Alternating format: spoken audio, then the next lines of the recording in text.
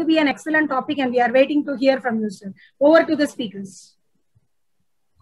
Yeah, thank you very much, Meenakshi ma'am, and all the eminent personalities today on the first anniversary episode of Life Pharma Coalition. I think both Pankaj ji and Sandeep ji have given an excellent context to what we are here for.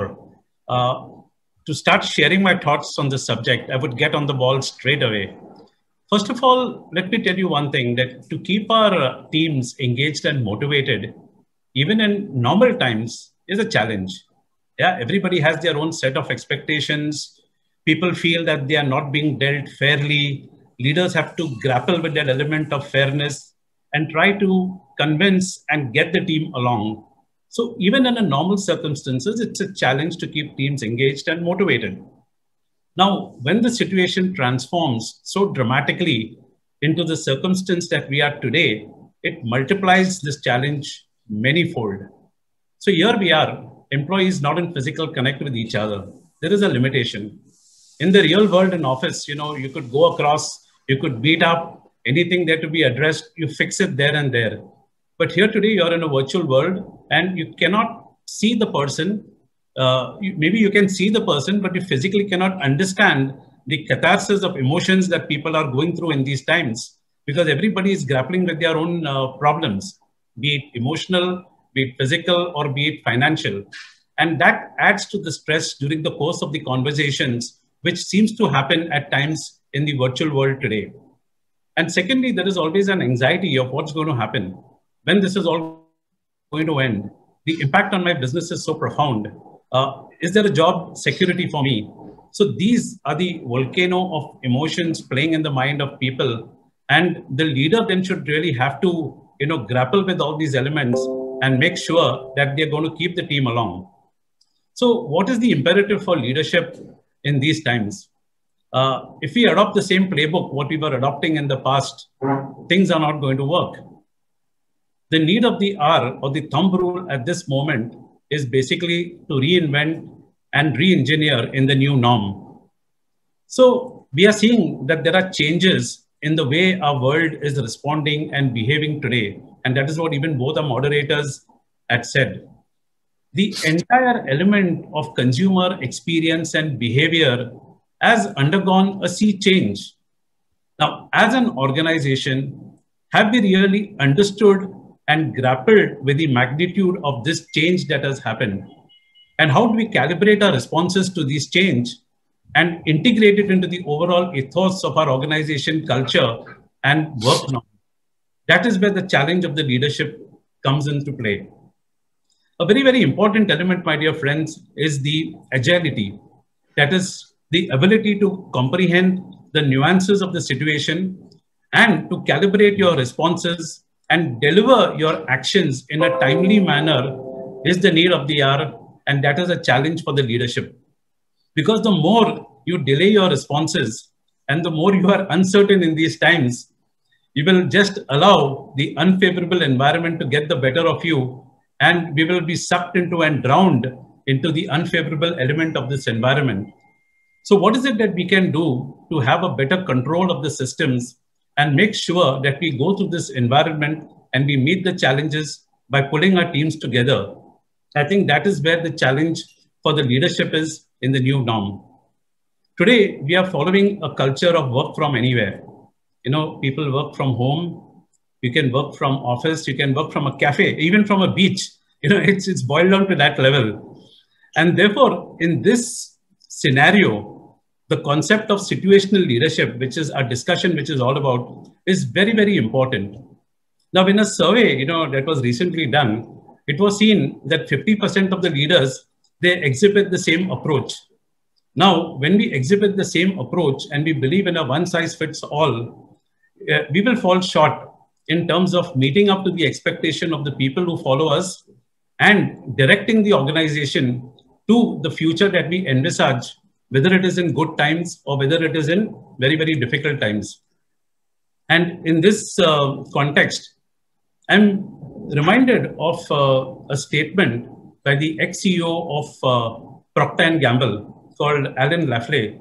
He was the CEO till about 5-6 years back. and he made a statement, which is a very profound statement. So what did he say? He said that the scarcest resource in today's world is effective leadership that can tide over crisis in an environment and steer the organizations out of this crisis towards the path of progress. Now, this is with due respect to all the leaders who have engineered turnaround strategies and who have had business turnarounds. But the fact of the matter is that these numbers are too few and far in between. And that is what compelled Lafley to make the statement about the scarcest resource being effective leadership.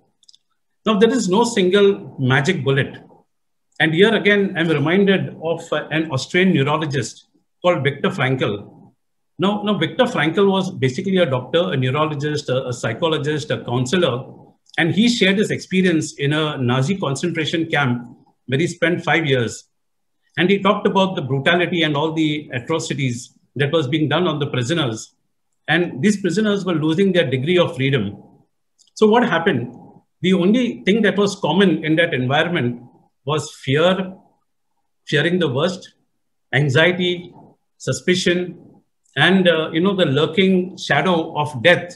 Everybody felt that we are here to die, and one fine day it'll catch up with us. So what Viktor Frankl said is, I could have got downed, with these circumstances. But I realized that though we may lose all our freedoms, one thing that nobody can take away from me is the ability in which I can respond to the adverse circumstances. Nobody can take it away from you. And that is the character of steel that leaders must embed. Take this learning from Viktor Frankl, realizing that nobody can take away your degree of freedom in terms of your measured response to any adversity that you face in your environment. So there are a few things, which I put across as a leadership imperative for today in today's times. So the first thing which is very, very important is leaders have to lead and transform. See, both our moderators, they said that there is a challenge in our environment. We get business by dealing with our customers and seeing our customers progress. Today, the very channel of interface with the customers is vanished, and we are grappling what next to do. Well, we unleashed a plethora of digital solutions, and customers are getting fed up at this moment. And there are reactions when people said, okay, please don't bombard me with so many stuff. Leave me alone for some time. Now, this is where the element of value comes in. And the first thing that I would urge all the leaders is to lead and transform. I believe if you add value, if you change the narrative from CRM to CVM, which is customer value management, you would lead your team to the right path of connecting to your customer and making your customer believe in what you have to offer to them. The key element is how do you define value for the customer and make yourself distinctive in the eyes of the customer amidst the plethora of initiatives that are being unleashed. And therefore, the style of leadership, I think, that is ideally suited is the control and command style at the beginning to make sure that at least the top level of leadership in the organization embraces this particular element and drives it down the line. Thereafter, maybe conviction, persuasion, democratic styles to get the system working is important. Because I know that the resistance to change is embedded in the fabric of the human persona, because we are so comfortable to doing the things that we were doing. And therefore, to try new things for different people, it becomes a challenge.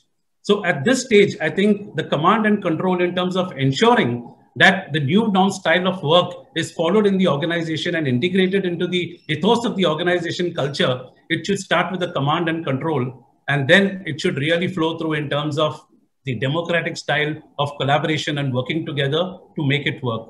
So that is where the leadership is in terms of leading and transformation. Second is the power to influence. Now, influence can happen only when you inspire through your actions. So the more you are convincing by setting an example and making people believe in the power of what you want to transform and how it can make your organization different and distinctive in the eyes of the customer. And the moment you have struck the chord of your employees and giving them the confidence, you have the power to influence and bring about the change.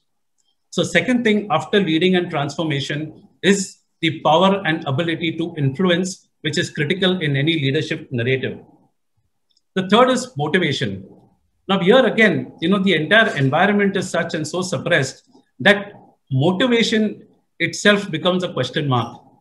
Now in these circumstances, when we are connecting to our teams, can we first start with some icebreakers instead of just jumping into the business discussions? Let us empathize. The power of empathy is so critical. Understand what the team members are going through, what they have felt during these times, and see what best way we can provide moral, emotional, or even financial support from the organization to different cadres of our groups of people who have struggled through this turmoil. I think in terms of motivation, what cannot be underscored is the power of recognition. People intrinsically would love to be recognized. So even if it's a small thing, if the organization can create a platform of recognition across the length and breadth, I think that's a great way to motivate employees. Also, when the situation has got so badly impacted in terms of business and economics, the last man on the ground, the last mile, he's challenged to earn his incentives. And there are people who are self-starters and who take the initiative to outperform and earn their incentives. Now, in this scenario, when people are impacted, how do organizations think? Can organizations maybe extend the tenure, in which people have the ability and chance to recover and earn back their incentives? Now, I cannot give different formulas. We are all leaders and all of us know what it takes, to work out the best formula in the interest of our people to ensure that they are not adversely impacted or compromised. And as an organization, we do something which is very fair and which is very just and keep the force engaged and motivated. So the ability to motivate is the third and important imperative for us. The fourth is to keep your teams engaged. So keeping the teams engaged is by providing opportunities for development. And that's where LPC is doing such a phenomenal job. How are we looking at training in today's scenario as compared to what we were looking, say, 2 years back? 2 years back, we were always thinking maybe we'll do some kind of a workshop, we'll do skill building and we'll get the team together. Our experience in the last 1 year has clearly shown that we have moved away from a push-based system of training and development to a pull-based system. Training and learning and development is an ongoing process. And it perhaps needed this pandemic to remind this facet to each and every one of us of what we can do in the organization to reach out and connect to our people on a day-to-day basis to make sure that we give them valuable tools in which they can enrich and upgrade and improve their skills so that they enhance their in-clinic efficiency.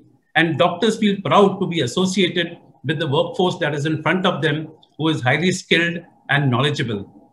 And I think here, companies should create this platform to engage people towards their learning and development and make sure it translates into value for a doctor to change the narrative from CRM into CVM. The other element, fifth element, is collaboration, which is very, very important through these times. Now, can we, build scenarios in terms of foreseeing the impact that is going to happen, maybe in the next 1 month, in the next 3 months, or in the next 6 months? Who are the stakeholders in the ecosystem in which we operate? How is the scenario going to evolve? Involve our own team members, involve our own people, get the ideas from them, build up the ideas into an action plan, into a playbook for the organization. And then the employees will have much more ownership into what actions have been formulated because they have been consulted. They have been collaborated on this to create this playbook of how the organization can rework and re-engineer through these times. And I think the leaders who are able to do this and pull the force of the people into the solutions for the problems are the ones that can take steps towards success as we move along. Apart from collaboration, the sixth and the last most important element, my dear friends, is flexibility. I talked about agility and the speed in terms of responding to the environment. This is a VUCA scenario. It's a war-like scenario. And if we are confused, if we are grappling with the problem and thinking of what next, then I can tell you we have lost the ground. The need of the hour is how do we adapt to change? How do we increase our speed, our agility to respond to the situation and make sure that the adversity or the challenge that is in front of us is converted into an opportunity. If we fail to recognize this and if we fail to act on this, we'll follow the companies that have become obscure. You all know the classical business case, correct, of Blockbuster versus Netflix in the mid-90s. Blockbuster was the uncrowned king, of the video rental industry. And Netflix was a wannabe at that time, trying to make its presence felt online. And lo and behold, Netflix actually went to Blockbuster with a business proposal for collaborating together.